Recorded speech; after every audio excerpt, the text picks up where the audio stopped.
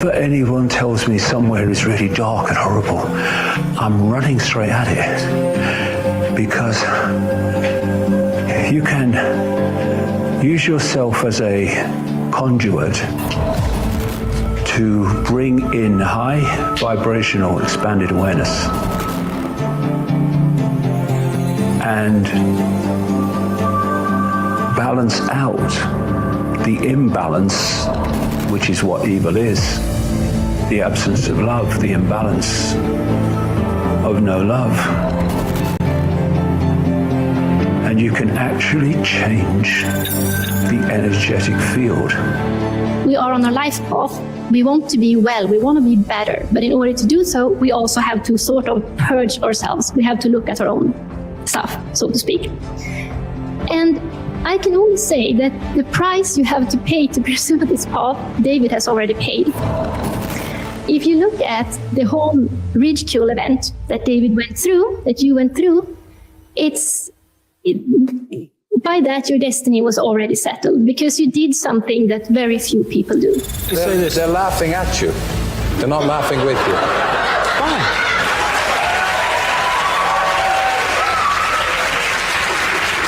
I didn't mean that to be hurtful. Sure. I don't want you to misinterpret it. They're not laughing in sympathy with you. No, let me say two things to that. First of all, if anyone believes, after 12,000 years of this truth being lost and forgotten, that coming out with it initially is going to get any kind of reaction other than that one or condemnation, then I would be a crackpot if I thought that was the case. What makes this chart even more interesting is that it squares Saturn in the first house. Now, Saturn's in very good condition. Saturn is exalted in Libra, which means the buffeting and the horrors that this man has experienced, he's able to push through through great odds. And so when we see Saturn squaring the moon, squaring Uranus, it's deeply challenging soul contract. And it is the archetype of the mystic, the hero's journey, decades before the public are awakening to just literally chipping away at the truth. It's important because if we don't understand the nature of the reality that we're experiencing, how can we understand anything? Where would we be now in terms of human awareness, human potential, human understanding, if through the generations of what we call history, people had been left free to research and conclude from their own unique perspective? Would be a very different world. This level of intuition and light energy and truth and being like way ahead of the times, it's like you're anchoring the higher earth energies while you bulldoze through the matrix and dismantle it as like a bulldozer in a way. Somebody asked me once, what's the best thing you can give your kids? And I said an open mind. A mind that they own, where they can express their uniqueness of perception, of view, and reach their own conclusions and respect those conclusions. You might not like them and you might want to debate with them why they have them, that's fine. But this imposition is the danger. Because if the parents become if the children rather become clones of the parents, we don't move on at all.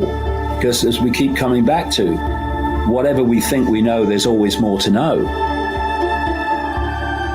So what I've written in this book, I knew nothing about David at this time. Okay, I'm just going to read a short part, the first part of the Dragon Taurus. Okay. When the dragon's soul fire meets the bull's deep, dry earth, this complementary blend produces a personality that doesn't get in its own way much, refuses to take no for an answer, and becomes an inspirational beacon guiding others into the light. Often they are completely aware of the fact that others have put them on a pedestal until it is made blatantly obvious. Then surprise washes over them. Why, they wonder. Wayne Dyer said, what comes out of you when you are squeezed is what is inside of you.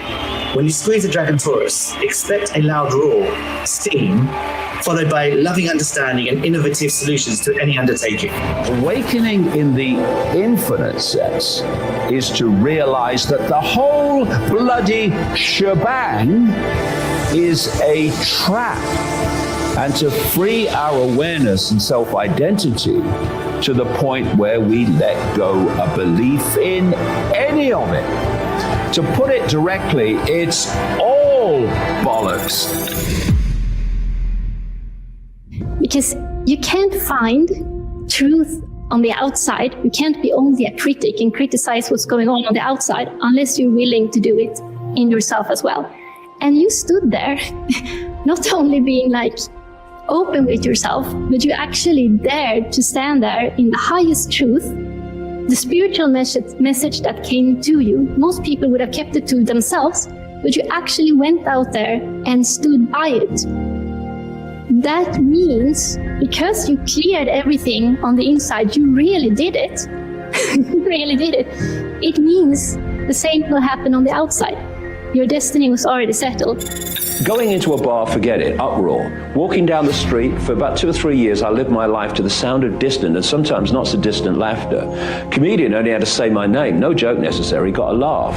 When you've been through that level of ridicule, what if two things happen? Either you disappear from society, or you go, I am me, I am free. More and more centralization of power on a global level either don't realize they're doing it because they don't see the big pattern, or they don't realize the implications of what they're doing. And all these aspects of life, the banking system is a pyramid, so is the media, so is the secret society network of the world, so is the multinational corporation network.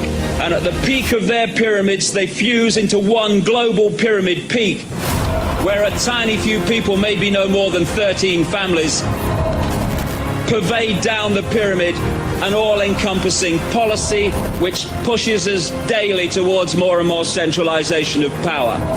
But you know, if you look at the pyramid, where is the power in the pyramid? We've been conned and conditioned and programmed to believe that it's up there. It is not.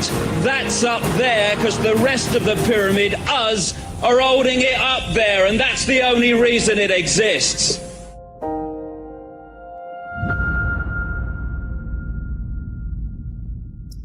Dismantling the belief systems, the programmings, and the social engineering, and bringing in the truth and the light in a masterful way that is like literally allowing this great reveal, right? This great awakening. Like, who are we really? What really has taken place? What really has happened?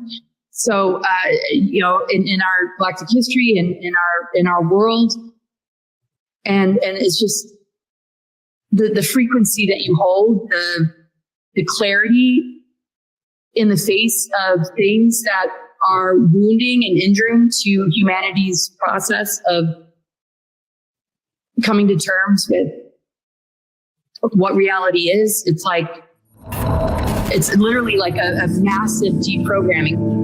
Everything is perception. If you are a few and you want to control the many, first of all, you cannot do it physically because there's too many people and too few of you. You have to do it through their perception, because then you hit this sequence. Perception equals behavior, behavior equals human society, control perception, control behavior, and the manifestation of the human society that you want follows from that. We need to hold our ground because I will not comply. I will not lie down. I will not go quietly. I will not submit. I will not roll over. I will not shut up. And if you tell me to shut up, I'll shout bloody louder. We have got to stop being meek and mild in the face of tyranny and start looking it in the bloody eye and waiting for it to bloody blink. Human race, get off your knees. The lion sleeps no more. The lion can sleep no more if we're going to head this off. It has to awaken. Come on, people, it's time. It's time for the lion to roar!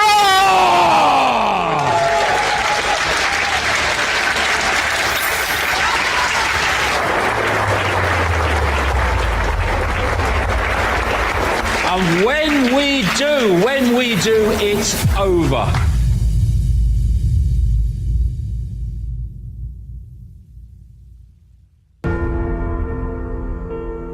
There's a lot of things that I've said over the years which were perceived to be crazy, and then suddenly they start to move mainstream.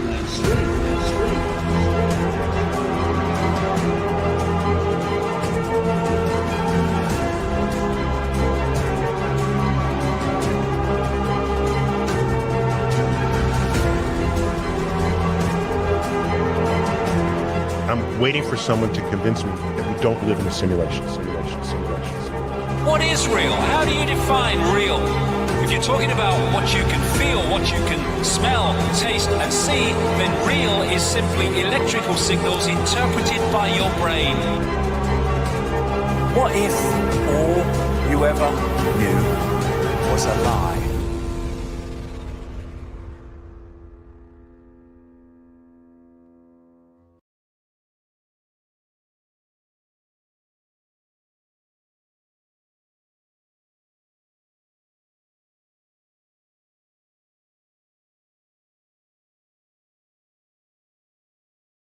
And I'm sorry to people the bad news, folks, it's all over.